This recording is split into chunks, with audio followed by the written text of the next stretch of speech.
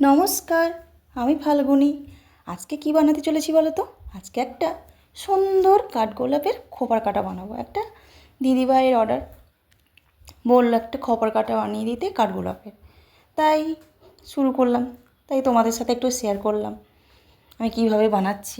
প্রথমে ক্লে দিয়ে 5টে পাপড়ি করে নেব, তারপরে কাটার ওপরে ফেভিকল দিয়ে সেট করে নেব, তারপরে সাদা রঙ অ্যাপ্লাই করব। সব কিছুতে সাদা রঙটা না দিলে না কালারটা একদম ফোটে না।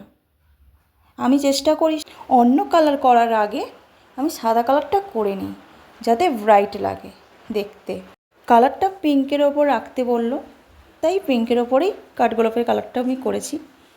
পাতাটা কালার করে নিলাম, তো কাটাটাও আমি একটু কালার করে নিলাম। কাটাটার কালারটাও অতটা ভালো লাগছিল না, তাই আমি কালার কম্বিনেশন করে কালারটা করে নিয়েছি। তারপরে কটন বল আর আমি ছোট্ট করে ক্লে দিয়ে পাতা বানিয়ে রেখেছিলাম ঝোলানোর জন্য, সেটাও অ্যাড করে নিলাম।